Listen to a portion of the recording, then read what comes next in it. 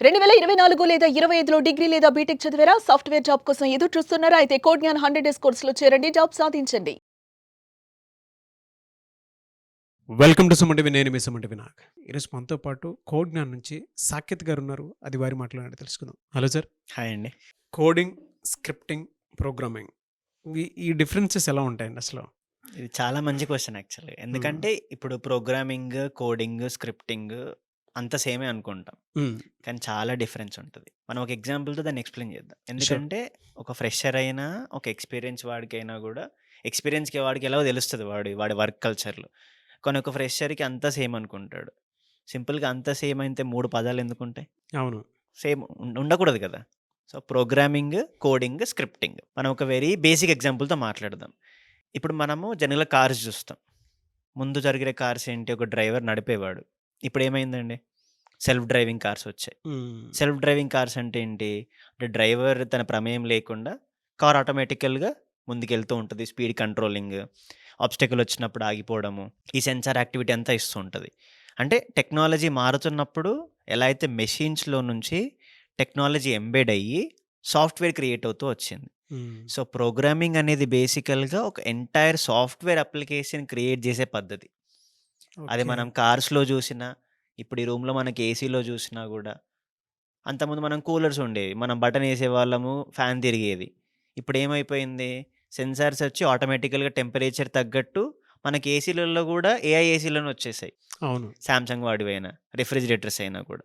So, అందుకే programming అనేది ఒక ఎంటైర్ సాఫ్ట్‌వేర్ అప్లికేషన్ క్రియేట్ చేసే పద్ధతి. అంటే అది ఎండ్ టు ఎండ్ బిల్డ్ అయ్యే టెక్నిక్ అన్నమాట. అది సెల్ఫ్ డ్రైవింగ్ కార్స్ అయినా, ఎలక్ట్రికల్ మెషిన్స్ అయినా, ఎలక్ట్రానిక్స్ అయినా, మనం వాడే స్మార్ట్ వాచెస్ అయినా కూడా. అదే కోడింగ్ అనుకోండి. ఆ ప్రోగ్రామింగ్‌లో ఉండే ఒక స్పెసిఫిక్ టాస్క్ చేసుకోవడం. ఇప్పుడు సెల్ఫ్ డ్రైవింగ్ కార్ ఉంది.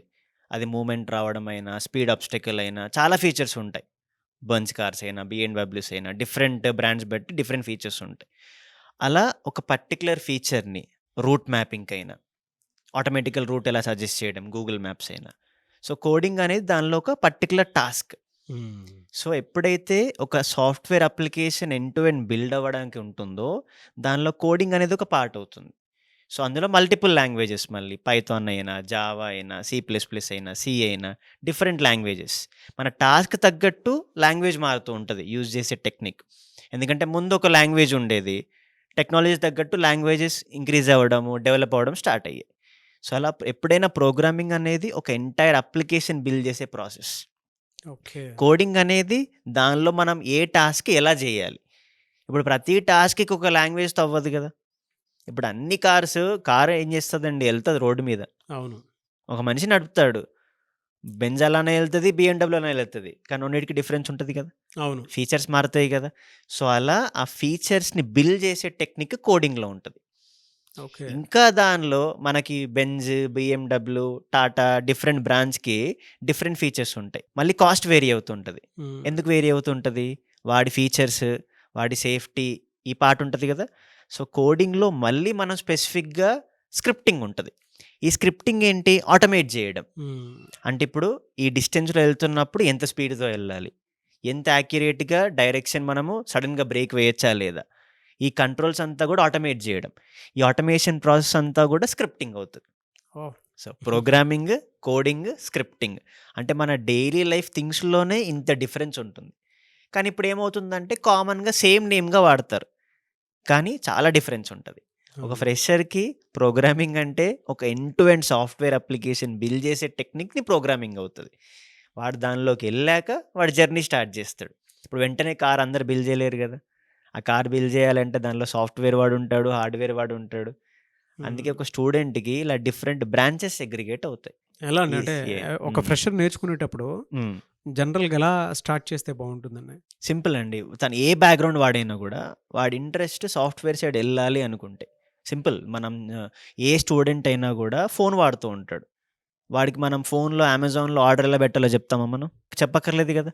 స్నాప్ ఎలా తీయాలో మనం చెప్పక్కర్లేదు గదా! అంటే వాడికి ఆ ఇంట్రెస్ట్ ఉంటది అప్లికేషన్ వాడాలని.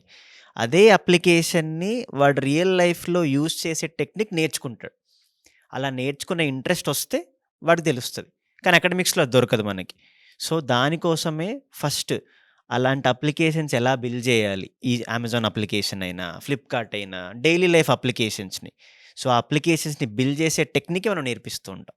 సో, దానిలో ఫ్రంట్ ఎండ్ అని, బ్యాక్ ఎండ్ అని, డేటాబేస్ అని ఇలా డిఫరెన్స్ ఉంటుంది. సో, ఫస్ట్ నువ్వు అప్లికేషన్ బిల్డ్ చేయాలి అంటే నీకేం కావాలి? So, problem solving first. అంటే ఒక కోడ్ ఎలా రాయాలి? ఒక కోడ్ రాసినప్పుడు దానిలో స్టెప్స్ ఏంటి? దీన్ని ఎలా లింక్ చేయాలి ఒక పేజ్‌కి? ఇలా డిఫరెంట్ స్టేజెస్ ఉంటాయన్నమాట. ఇలా దీనికి అంటే మీ దగ్గర అలా నేర్చుకొని జాబ్ క్రాక్ చేసినటువంటి స్టూడెంట్స్ ఉన్నారండి? ఉన్నారండి. రీసెంట్‌గా 2 డేస్ బ్యాక్ ఒక అబ్బాయి తను 3 మంత్స్ బ్యాక్ జాయిన్ అయ్యాడు. వాళ్ళ కోర్స్ కూడా అయిపోలేదు ఇంకా. హ్మ్. ఆల్రెడీ జాబ్ వచ్చేసింది ఆ అబ్బాయికి. మీరు ఆ వీడియో కూడా చూడొచ్చు.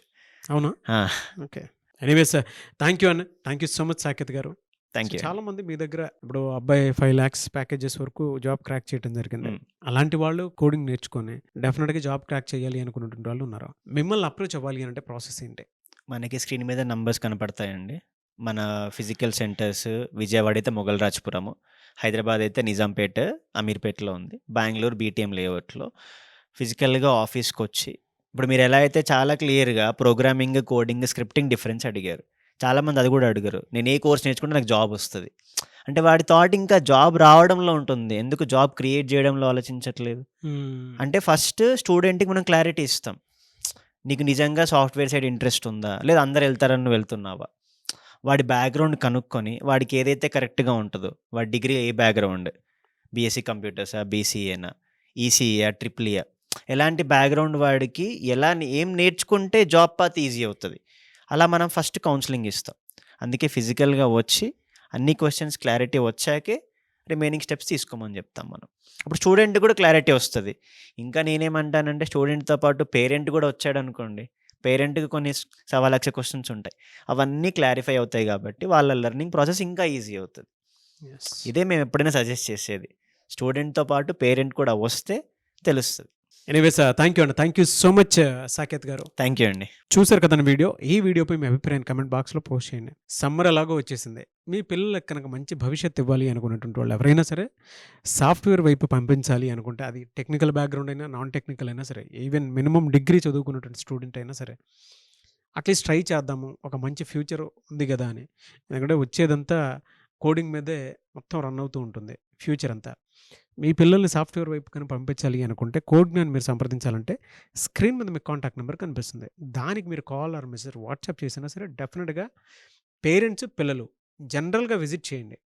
లేదంటే కొన్ని డెమో క్లాసెస్ జరుగుతూ ఉంటాయి. వాటిని కూడా విజిట్ చేయండి. మీకొక ఐడియా వస్తుంది. ఇక్కడ ఎందుకు జాయిన్ అవ్వాలి? ప్లేస్‌మెంట్ సపోర్ట్ ఏ విధంగా ఇస్తారు?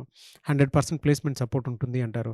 వేల మంది బయటికి రావటం జరిగింది. జాబ్ క్రాక్ చేసి వాళ్ళ సక్సెస్ స్టోరీస్ ఏంటి అనేటువంటిది కూడా మీకు 100% తెలుస్తది. మీరు గనక జాయిన్ అవ్వాలనుకుంటే స్క్రీన్ మీద మీకు కాంటాక్ట్ నెంబర్ కనిపిస్తుంది. విజయవాడ, బెంగుళూరు, హైదరాబాద్ ఈ 3 ఏరియాస్‌లో ఉన్నాయి. సో, దానికి మీరు కాల్ ఆర్ మెసేజ్ వాట్సాప్ చేసి వెంటనే ఎన్రోల్ చేసుకోండి. ఈ వీడియో లైక్ చేయండి, షేర్ మాత్రం తప్పకుండా చేయండి. ఇలాంటి మరిన్ని వీడియోస్ కోసం మా ఛానల్ ఫాలో అవ్వండి. Thank you.